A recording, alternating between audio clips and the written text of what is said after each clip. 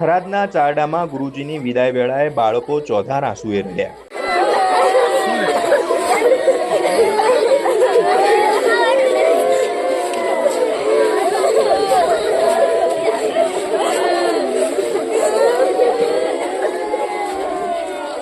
સંબંધોની કોઈ કિંમત હોતી નથી અને જ્યારે વાત ગુરુ અને શિષ્યની હોય ત્યારે લાગણીઓનો મહાસાગર ઉમટી પડે છે.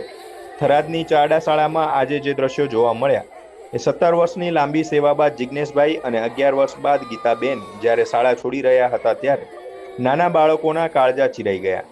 બાળકો ધ્રુસકે ધ્રુસકે રડી પડ્યા હતા અને શિક્ષકો પણ તેમને ગળે લગાવીને રડી પડ્યા. આ માત્ર વિદાય નથી પણ એક અતૂટ વિશ્વાસ અને પ્રેમનો પુરાવો છે. ચારડા ગામના આ શિક્ષકોએ સાબિત કર્યું છે કે સાચું ભણતર હૃદય સુધી પહોંચે છે.